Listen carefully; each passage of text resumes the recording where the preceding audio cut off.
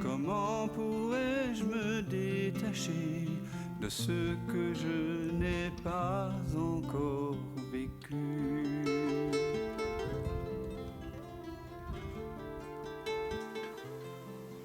Alors, bienvenue à tous en cette sangue et très heureux d'être là aujourd'hui, partager avec vous l'essentiel. Cet essentiel que nous avons chacun peut-être oublié une grande partie de notre vie et que la plupart des êtres humains sur cette terre oublient aussi, en continu. Et là, nous sommes là, une quarantaine, à se rappeler de l'essentiel, de qui nous sommes vraiment, vraiment. Et ça, c'est le thème atemporel de toute spiritualité depuis 6000 ans. Depuis que l'homme a désenchanté la nature, depuis que l'homme s'est identifié exclusivement à cette petite voix qui trotte dans sa tête et qui parfois galope, depuis que l'homme s'est exclusivement identifié à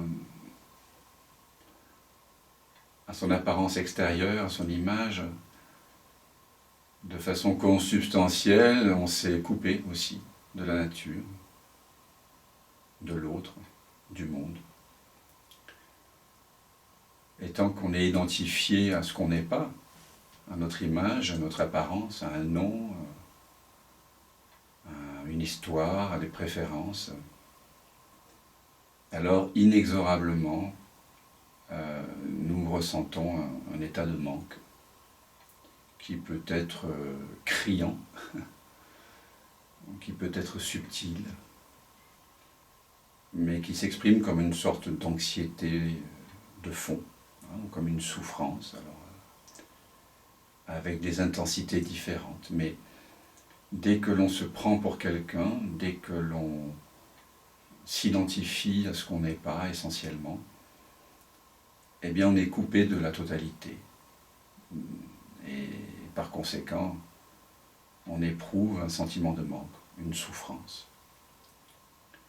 Donc cet oubli de notre vraie nature est la véritable origine de toute souffrance humaine, on pourrait dire. Et je parle bien sûr ici de la souffrance psychologique, celle qui nous fait croire que tout n'est pas parfait maintenant et qu'il nous faut quelque chose de plus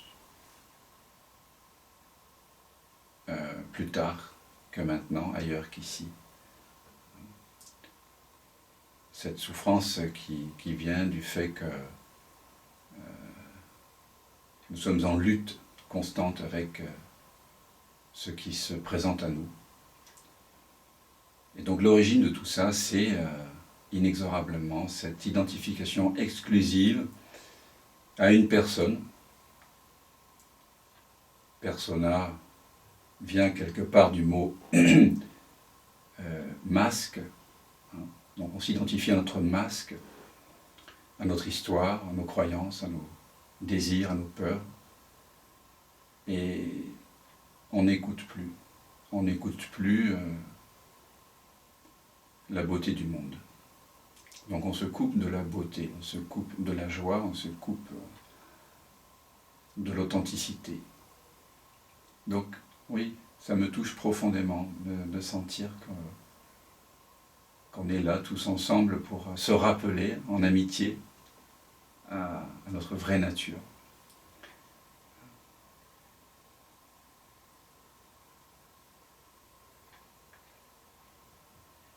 Tant que l'on s'identifie au fait d'être quelqu'un, il y a des préférences qui s'expriment parce que le quelqu'un a appris que certaines expériences semblent lui apporter du plaisir et d'autres de la souffrance. Et donc tout ça, c'est filtré par des croyances personnelles. Mais à l'origine, il y a l'idée d'être quelqu'un. Et donc quand on est sans préférence, il y a à nouveau la joie, que l'on croyait perdue. Il y a à nouveau la paix que l'on croyait perdue. Il y a à nouveau l'amour, l'intimité avec toute chose. Mais dès qu'il y a des préférences qui s'expriment, alors c'est cette apparence à laquelle nous nous identifions qui s'exprime, et qui usurpe finalement l'espace de notre vraie nature, qui est présence, conscience, ouverture, accueil inconditionnel de tout ce qui est. Alors une belle façon de revenir à la maison, si je puis dire, bien sûr on y est déjà, hein, sur un certain plan, on peut réaliser que ce que nous faisons ensemble ici, c'est simplement reconnaître que ce que nous cherchons vraiment, vraiment, tous, que nous soyons ici ou ailleurs, que nous soyons dans un satsang ou pas du tout, tout le monde cherche la paix permanente, tout le monde cherche la joie, le contentement, la plénitude, tout le monde cherche d'être dans cette intimité, dans la non-séparation. Et tous les efforts humains, quels qu'ils soient, même si ça semble pas être la façon la plus simple d'accéder à cette paix, à cette joie, à cet amour, tous les efforts humains qu'un humain puisse faire ne tendent que vers ces retrouvailles avec soi-même. Mais qu'est-ce qui fait la nature particulière de cette satsang ? C'est que nous réalisons ici ensemble que nous pouvons y accéder directement, par la connaissance. Cette connaissance n'est pas du tout une connaissance intellectuelle. On ne va pas philosopher ensemble au sens de cette philosophie que j'ai pratiquée quelques années à la Sorbonne, où l'on enchaîne des concepts. Ça ne nous intéresse pas ici. Nous voulons ici sentir la paix, être l'amour, être la joie. Donc ce n'est pas par le mental ou par l'accumulation de savoir que nous allons provoquer cette connaissance. Ce n'est pas inutile, mais l'accès direct est au-delà, je dirais même en deçà de tout savoir, en deçà de toute pensée. Ce que nous sommes est là avant le mental, avant la pensée, avant même les perceptions qui nous parviennent par le truchement des 5 sens, avant même que le parfum d'une rose soit là, je dois être là pour en être conscient. Il doit y avoir une présence. Avant même qu'une sonate de Mozart ou un crissement de pneus de voiture soit entendu, il faut qu'il y ait cette présence qui soit là. Avant de prendre connaissance des pensées, de l'imaginaire, des mots qui s'articulent mentalement ou par la parole, il doit y avoir cette connaissance. Avant les couleurs, il doit y avoir quelque chose qui est sans couleur. Donc nous sommes déjà ce que nous cherchons. Et c'est ça le message très direct du satsang.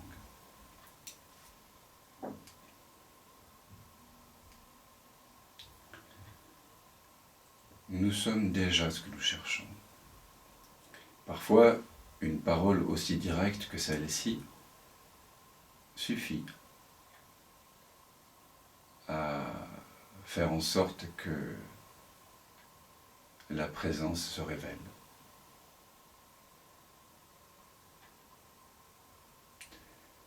Et parfois, il faut un peu plus de temps, un petit peu plus d'explications, et il ne faut surtout pas hésiter à poser des questions, très importantes, d'avancer avec vos doutes, avec vos souffrances, s'il y en a, avec vos peurs, avec vos désirs. Donc on prendra un temps tout à l'heure pour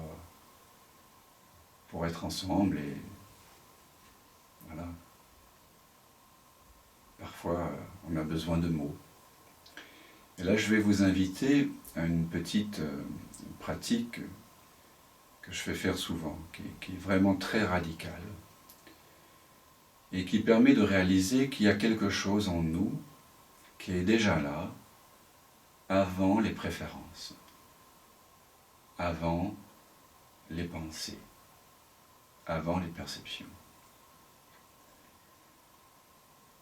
Le troisième patriarche du bouddhisme chinois, le Chan, disait « La grande voie, c'est-à-dire l'éveil à notre vraie nature, la reconnaissance de qui nous sommes vraiment, la grande voie est facile pour ceux qui sont sans préférence. Si vous êtes sans préférence, alors il y a écoute. Et il n'y a rien de plus beau que l'écoute. Je ne sais pas vous, mais une des plus belles expériences que je peux vivre, la plus belle expérience que je peux vivre avec un autre être humain, c'est cette écoute, c'est d'écouter. Et c'est ce qui m'a frappé lorsque j'ai rencontré celui que peut-être 10-15 ans après j'ai appelé mon maître, Frédéric Moreau. Ce qui m'a frappé tout de suite, c'est la qualité de l'écoute. Une écoute qui n'analyse pas, qui ne prend pas parti, qui ne se réfère pas à la mémoire, qui ne compare pas, qui ne juge pas, une écoute tout simplement. Et quand on est avec un autre être humain qui nous écoute, on commence à écouter aussi. C'est contagieux. Et c'est pour ça que c'est si important de se retrouver dans un satsang. Parce que nous sommes chacun animés de cette écoute. Et nous avons envie de l'activer, cette écoute impersonnelle. Alors la pratique que je vais vous proposer ici nous ramène au cœur de cette écoute, en deçà du mental. Comme je le disais tout à l'heure, l'exploration que nous menons ici, on va dire que c'est une exploration, c'est pas une recherche, c'est pas une recherche. Quand on recherche quelque chose, c'est quand on sait ce que l'on cherche. Ici, on ne sait pas, puisque c'est un mystère. Donc quand on est ici ensemble, on explore. On explore la nature de la réalité. Et on regarde, on investigue. Voilà. Et là, on va investiguer, mais sans la mémoire. Et c'est le plus important. Ici, on ne va pas se référer à la mémoire, ni aux associations mentales, parce que si nous nous référons à la mémoire, eh bien nous allons à nouveau nous prendre les plaies dans le plat et ressasser nos vieilles litotes. Donc, cette pratique à laquelle je vous invite, elle va avoir chaque fois en prélude la phrase suivante, sans faire référence à la mémoire, ni à la pensée. Et ensuite, je vais vous poser 3 questions. Vous allez voir que les 2 premières représentent finalement la dualité. Dans toute sa splendeur, la dualité, c'est notre façon de penser, qui est comme ça, grand, petit, bien, mal, intéressant, pas intéressant, je veux pas, désir, peur, joie, tristesse, ignorance, savoir, etc. Dès qu'il y a préférence, c'est toujours l'ego qui s'exprime. Notre vraie nature accueille de façon inconditionnelle.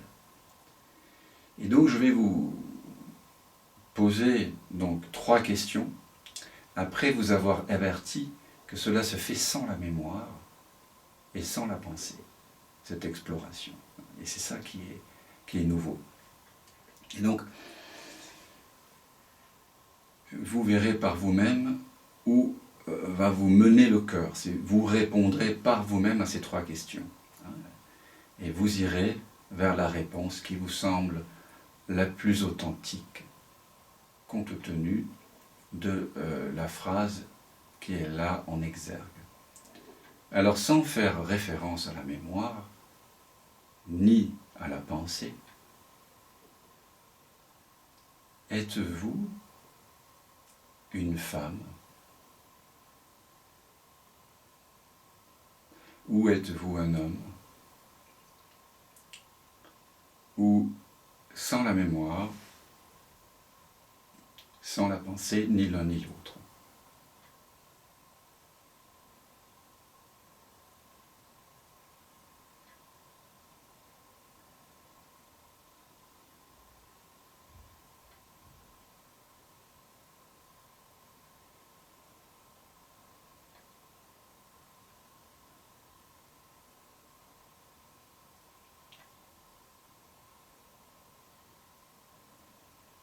Si vous ne faites pas référence à la mémoire ni aux associations mentales, y a-t-il un problème ou n'y a-t-il aucun problème?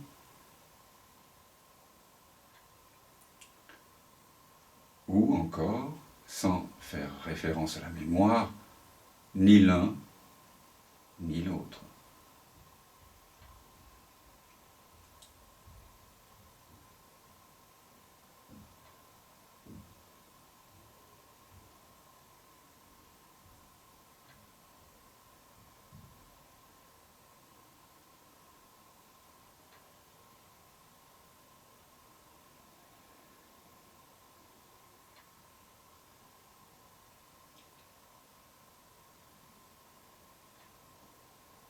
Si vous ne faites pas référence à la mémoire ni aux associations mentales, vous sentez-vous absolument complet maintenant?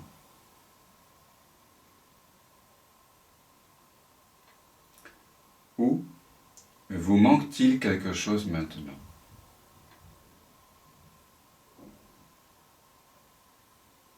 Ou encore, sans faire référence à la mémoire, ni à la pensée, ni l'un ni l'autre.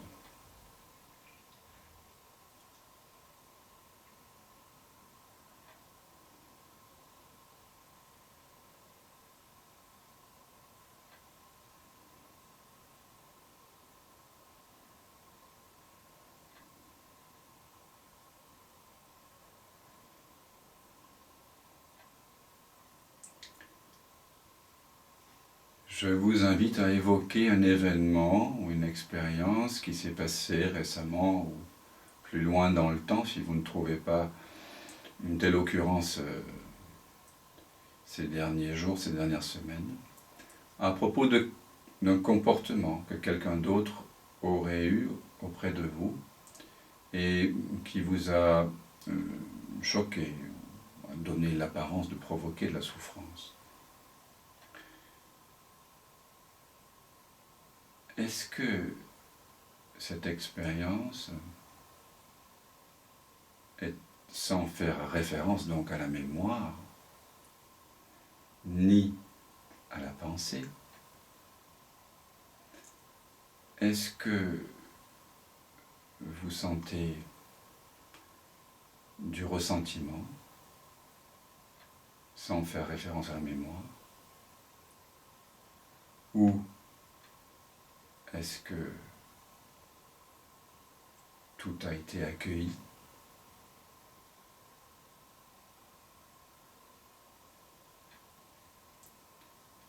Ou, sans faire référence à la mémoire, ni à la pensée, ni l'un ni l'autre.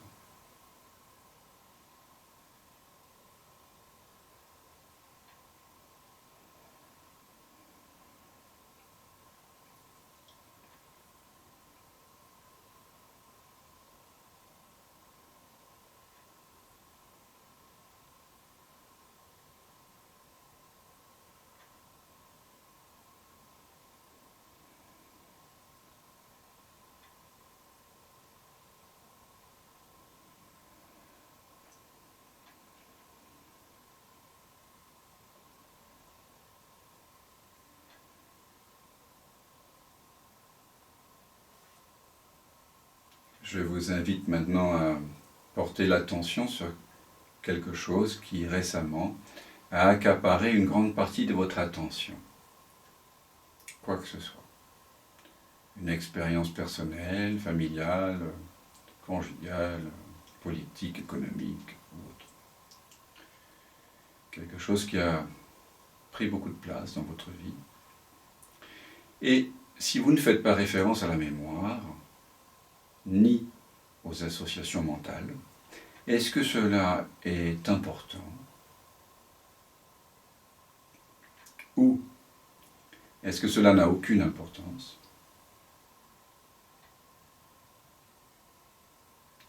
Ou, entre parenthèses, sans la mémoire, sans la pensée, ni l'un ni l'autre.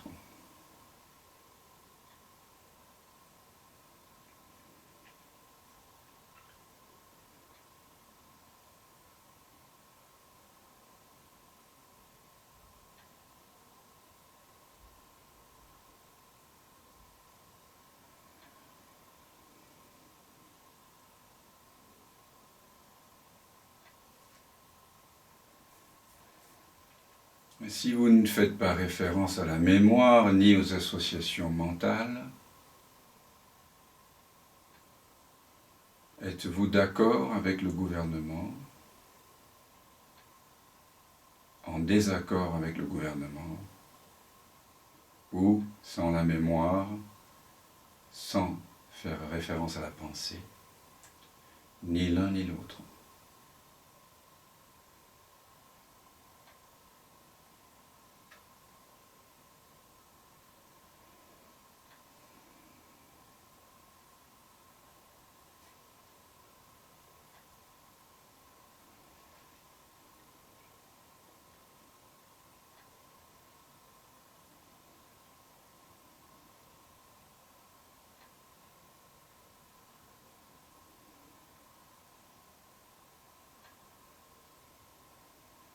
Si vous ne faites pas référence à la mémoire ni aux associations mentales, est-ce que la vie a un sens? Ou est-ce que la vie n'a aucun sens?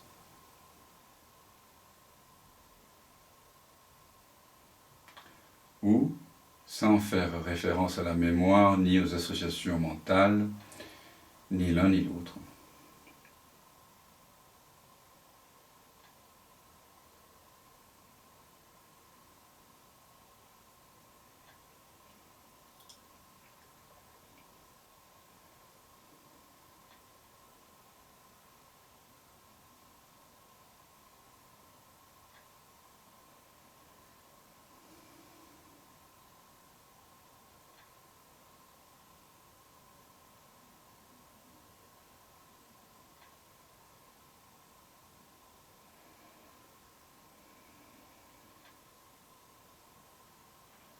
Si vous ne faites pas référence à la mémoire ni aux associations mentales, savez-vous ce qui est juste pour le monde? Ou ne le savez-vous pas?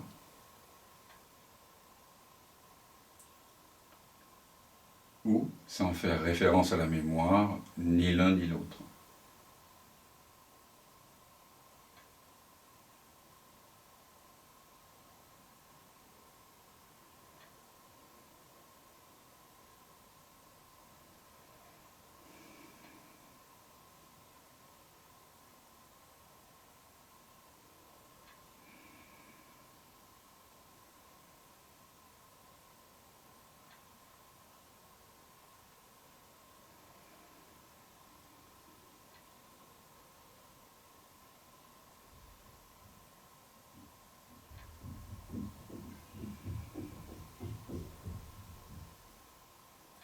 Si vous ne faites pas référence à la mémoire ni aux associations mentales, êtes-vous une personne, auteur des pensées et des actes, disposant d'un libre arbitre, ou êtes-vous la conscience infinie, sans forme,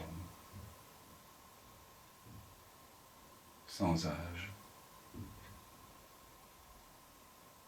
Ou, sans faire référence à la mémoire, ni aux associations mentales, ni l'un ni l'autre.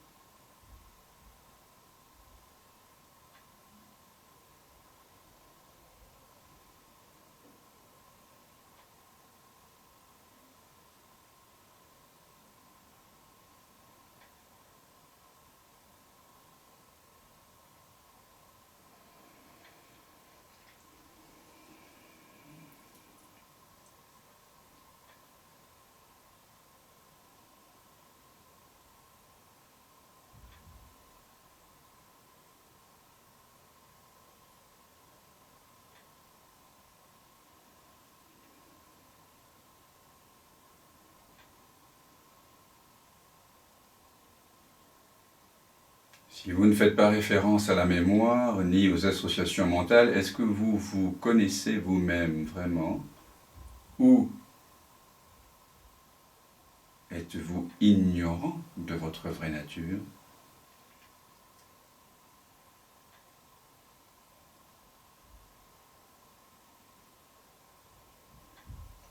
Ou, sans faire référence à la mémoire ni aux associations mentales, ni l'un ni l'autre.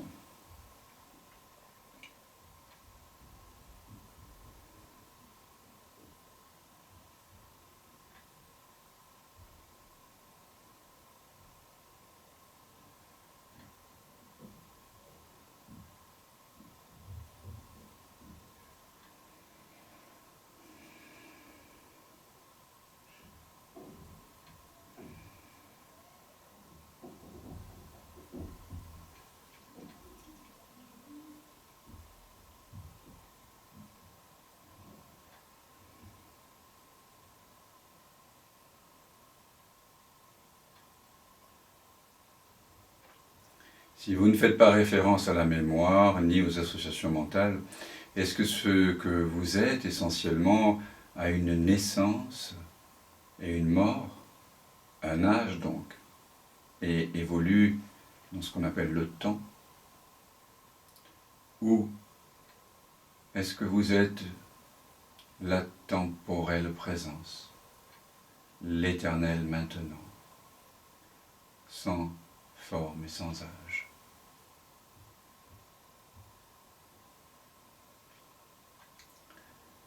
Ou, sans faire référence à la mémoire, ni l'un ni l'autre.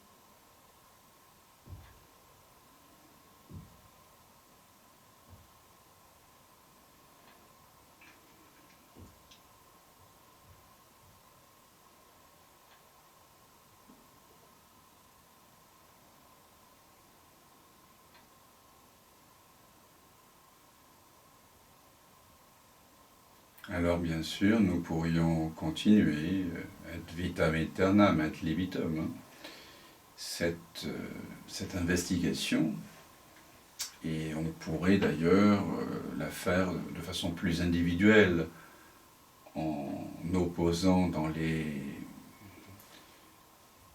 première partie, avec les deux premiers apparents opposés, ce qui semble nous turlupiner, nous, personnellement, on va dire. Là, j'ai essayé de mettre en exergue quelques généralités comme ça, quelques oppositions. Et je ne sais pas si vous l'avez constaté, remarqué, mais lorsque le cœur choisi la troisième option. Sans la mémoire, sans la pensée, effectivement, on ne peut pas tenir une position, on ne peut pas vouloir affirmer quelque chose, parce que tout ce qu'on affirme, on le fait sur la base de la mémoire. Donc, sans la mémoire, sans la pensée, on glisse naturellement dans le soi, dans ce ni l'un ni l'autre. En fait, nous venons de faire une sorte de neti-neti, qui, je vous le rappelle, signifie ni ceci ni cela, et qui est la voie de connaissance royale, directe du soi, qui est exprimée dès la Brihadaranyaka Upanishad, il y a 2700 ans, dans les textes de la non-dualité de l'Advaita Vedanta, où on définit Brahman, c'est-à-dire l'absolu, notre vraie nature, comme n'étant ni ceci ni cela. Mais nous venons de le faire d'une façon un peu particulière, parce que je vous ai proposé au départ, à chaque fois, deux possibilités, A et B. Et peut-être certains d'entre vous, vous avez senti une sorte d'élan, même je dirais corporel, de tension, de contraction vers une des deux propositions, la A ou la B. S'il y avait, pour certains d'entre vous, contraction pour le fait d'être une personne, auteur des pensées, ou une contraction autour de l'idée « non, je suis le sans forme, sans âge », eh bien cette contraction corporelle, c'est la préférence qui s'exprime dans le corps. C'est la façon dont l'ego s'exprime dans notre corps. Je tiens à quelque chose. Je tiens à quelque chose, je suis sérieux à propos de quelque chose, je défends une image de moi, soit je défends l'idée que je suis quelqu'un, une personne, une individualité, soit je défends le fait que je sois le sans forme. Et vous voyez que j'ai pris certaines oppositions qui ici peuvent intéresser les explorateurs de leur vraie nature. Parce qu'on peut très vite se leurrer en affirmant des choses qui semblent très vraies sur le papier, théoriquement, avec, en y tenant, en accordant de l'importance, en défendant quelque chose. Donc s'il y a eu contraction pour la question A ou la question B, eh bien, ouf, arrive la troisième proposition, et le rappel, sans la mémoire, sans la pensée, ni l'un ni l'autre. Et à ce moment-là, vous me direz maintenant ce que vous avez, votre vécu, mais pour ma part, je sens un grand sourire. Un grand sourire. Ce sourire de reconnaissance, qui vient du fait que, au fond, sans la mémoire, sans la pensée, je suis débarrassé de ce fantasme d'avoir raison et de devoir mettre la vie en boîte, quoi. Et je sens, on sent, alors, vous allez me dire si c'est votre expérience intime, on sent immédiatement, dans ce ni l'un ni l'autre, une liberté. Une liberté qui n'est pas une liberté de faire ceci ou cela. C'est la liberté d'être, cette liberté essentielle, la liberté de l'être que vous êtes, qui est libre des concepts de un ou deux. Il y a aussi la paix, il y a un espace qui s'ouvre, qui est sans conflit. Il y a une absence de manque dans ce ni l'un ni l'autre. Dans cet espace de non-savoir, il n'y a aucun manque. Pour qu'il y ait un manque, il faut que vous le pensiez. Il faut que vous fassiez des comparaisons. Et vous êtes donc immédiatement au contact de la temporelle présence. Pas celle du vocabulaire, mais celle vers laquelle pointe ce mot. Et puis il y a intimité. Intimité, je ne sais pas si vous sentez, dans ce ni l'un ni l'autre, il y a intimité avec tout. Puisque je ne suis rien en particulier, eh bien je peux tout accueillir et tout être. Et toute perception, toute expérience mentale, ou par le truchement des 5 sens, le monde, le mental, le corps, les autres, tout apparaît à 0 cm de cet espace et non-savoir. Donc il y a intimité. Et n'est-ce pas cela que vous cherchez? Donc oui, la grande voie est facile. L'éveil est facile pour celui qui est sans préférence. Alors maintenant, j'aimerais savoir ce qu'il en est pour vous. Donc n'hésitez pas, vous pouvez écrire bien sûr, je ne lis pas toujours, je vois qu'il y a... Alors Armel dit, c'est pas aussi un concept la présence? Si, c'est pour ça que je pourrais te dire, sans faire référence à la mémoire, est-ce que tu es la présence ou est-ce que tu es Armel? Ou, alors je laisse un peu de temps, le temps que le corps mental aille vers l'un ou l'autre, si c'est le cas. Et puis arrive, enfin la résolution. Je suis ni l'un ni l'autre en fait. Le neti-neti, qu'est-ce que c'est bon. Et je rejoins mon être que je n'ai jamais cessé d'être, sauf en imaginaire. Mais là, je laisse tomber l'imaginaire, donc je coïncide avec ma vraie nature. Donc oui, bien sûr, la présence, le mot « la présence » est un concept. Et donc vous voyez bien que cette pratique ici nous renvoie à un silence qui est en deçà des concepts. Est-ce que Armel, il y a quelque chose, tu veux intervenir? La question en fait était adressée au début du satsang avant que tu commences le neti-neti. D'accord. Et par contre, au moment du neti-neti, c'est vrai que à un moment, tu te poses la question, est-ce que je suis complet? Est-ce qu'il manque quelque chose? Ou ni l'un ni l'autre? Et effectivement, enfin bon, il y a 6 ou 7 questions où j'ai été polarisé à ce satsang-ci. Et celle-là est une des questions où j'ai été polarisé et je suis complet et je manque de rien, tout va bien. Bien sûr. Et en même temps, quand arrive la proposition ni l'un ni l'autre sans la mémoire, vous sentez que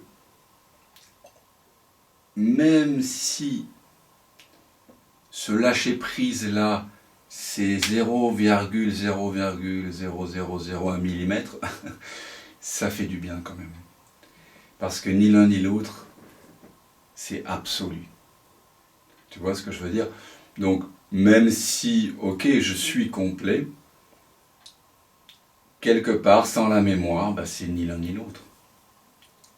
Il y a quelque chose qui est en deçà. C'est une technique de neti-neti qui m'a été inspirée par l'enseignement extrêmement radical de Nagarjuna, qui est un bouddhiste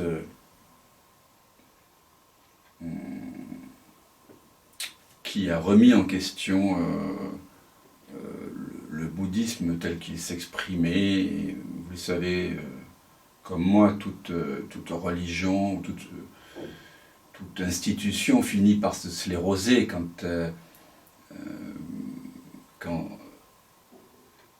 la source de ceux qui l'a engendré n'est plus vivant en chacun des participants.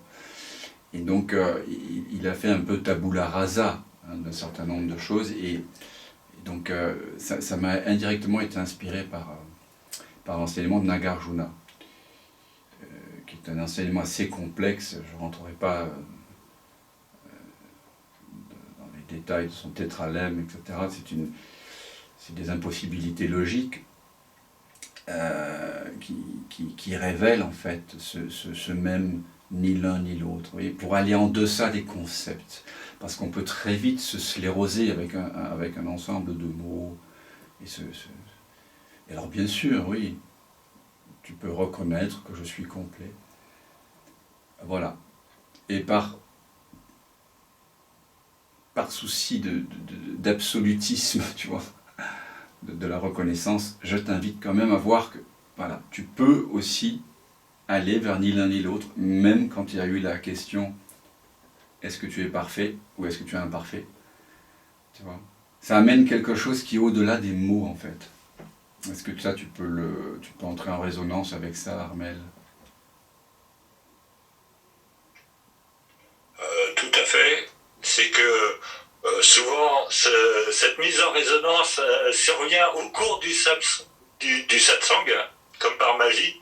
Et là, je suis encore dans la phase transitoire entre l'individu et autre chose. Je l'expliquerai comme ça. Oui, bien sûr. Bien sûr que... Et effectivement...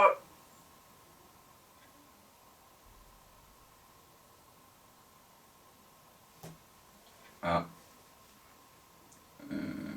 Nous avons perdu la connexion momentanément avec Armel. On ne t'entend pas. Bon, ça va revenir. Je me suis arrêté de parler parce que je sentais que tu allais parler. Ah. On t'écoute.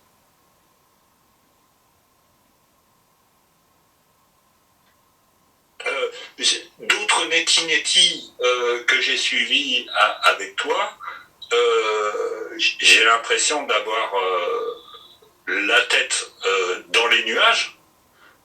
Et dans ces cas-là, je retrouve l'état que tu évoques, en fait, une sorte d'indifférence même à la question qui est posée. Oui, c'est ça. Et de non-affectation, et comme tu l'exprimes, de non-tension du corps par rapport à ce qui est prononcé. Tout à fait. Vous voyez, quand on se tend vers quelque chose, c'est toujours une impression d'aller vers l'avant, hein, une tension vers, se tendre vers. L'attention est un mouvement vers, ad tendere, se tendre vers ou s'étendre vers quelque chose. Spinoza disait omnis determinatio est, comment il disait déjà? Omnis determinatio est negatio.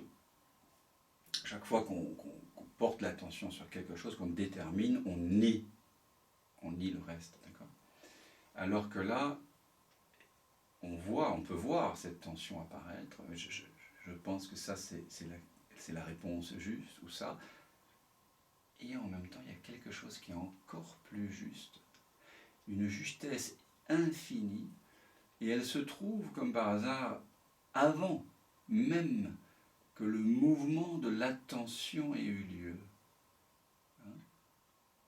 Et donc, naturellement, l'attention, qui finalement est une sorte de projection mentale très subtile, hein, qui est la façon dont la conscience, on va dire, prend forme de façon très subtile, sous la forme de l'attention, eh bien cette attention, cette vaguelette d'attention se résorbe dans la source et à nouveau, on retrouve ce miroir de la conscience, l'océan sans vague. Et du coup, quand on se retrouve dans ni l'un ni l'autre, le mental se calme. Et quand le mental se calme, il peut refléter parfaitement le soi.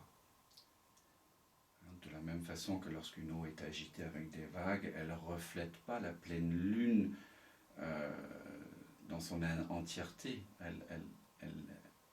Les reflets sont fragmentés.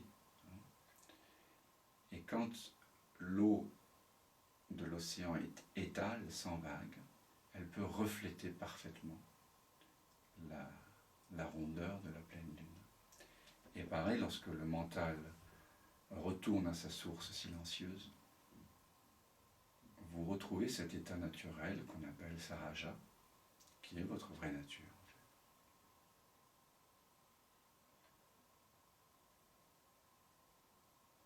Tout simplement.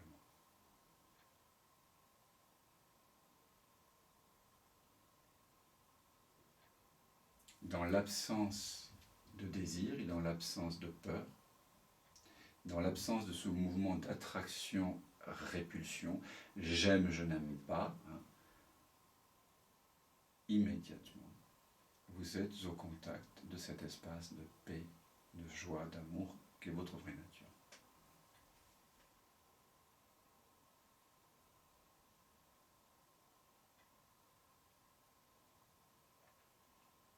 Donc finalement, cette pratique également nous ramène à la source de l'attention. Et comme tu le disais, Armel, à un moment donné, les questions apparaissent et disparaissent. Les questions et les réponses apparaissent et disparaissent, mais il y a quelque chose d'infiniment plus réel, infiniment plus précieux qui se révèle que les plus belles questions et que les plus belles réponses. C'est cette présence que vous êtes. C'est ce sans forme. C'est cette absence, donc, de préférence.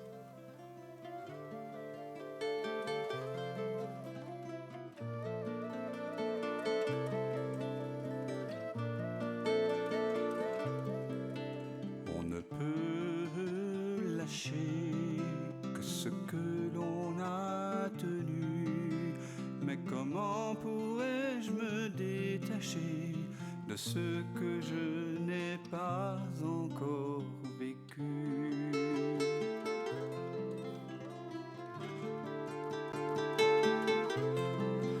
Peux-tu fuir ce qui te trouve et couper le fil ténu de ce pressentiment qui t'éprouve au cœur de cette absence reconnue?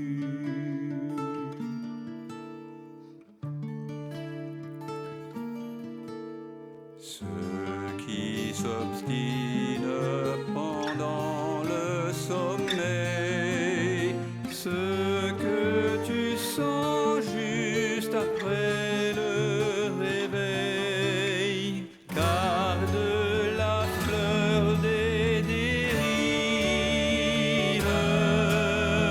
à la saveur d'autres rives, à la candeur de l'éveil.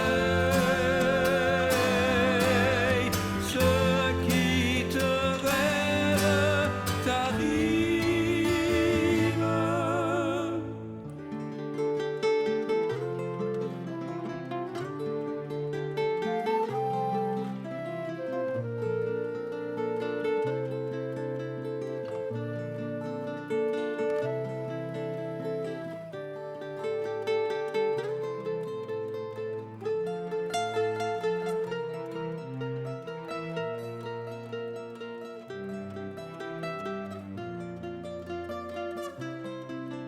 Quand la vague se prépare à noyer ton ventre nu, n'aie pas peur, il n'est jamais trop tard pour accueillir le souffle de ta mue.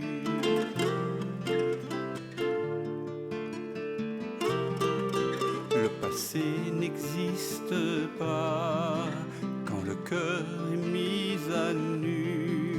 En quittant le vu pour vraiment voir, tu cueille en toi ce monde entreaperçu.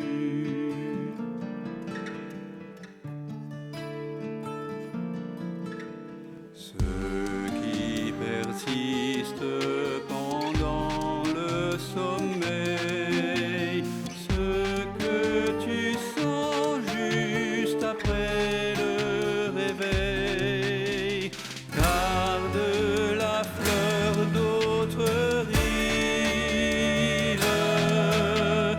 et la beauté des dérives. À la fraîcheur de l'éveil, ce qui te rêve t'arrive.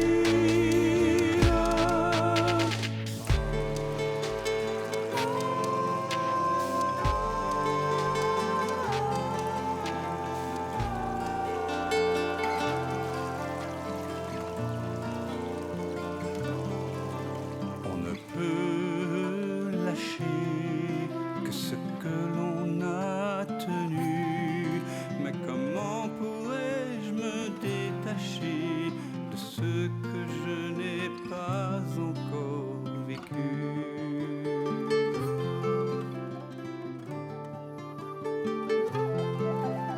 Pour renouer avec ce fil ténu qui nous relie, cet inconnu, ce lien subtil, ce fil de vie jamais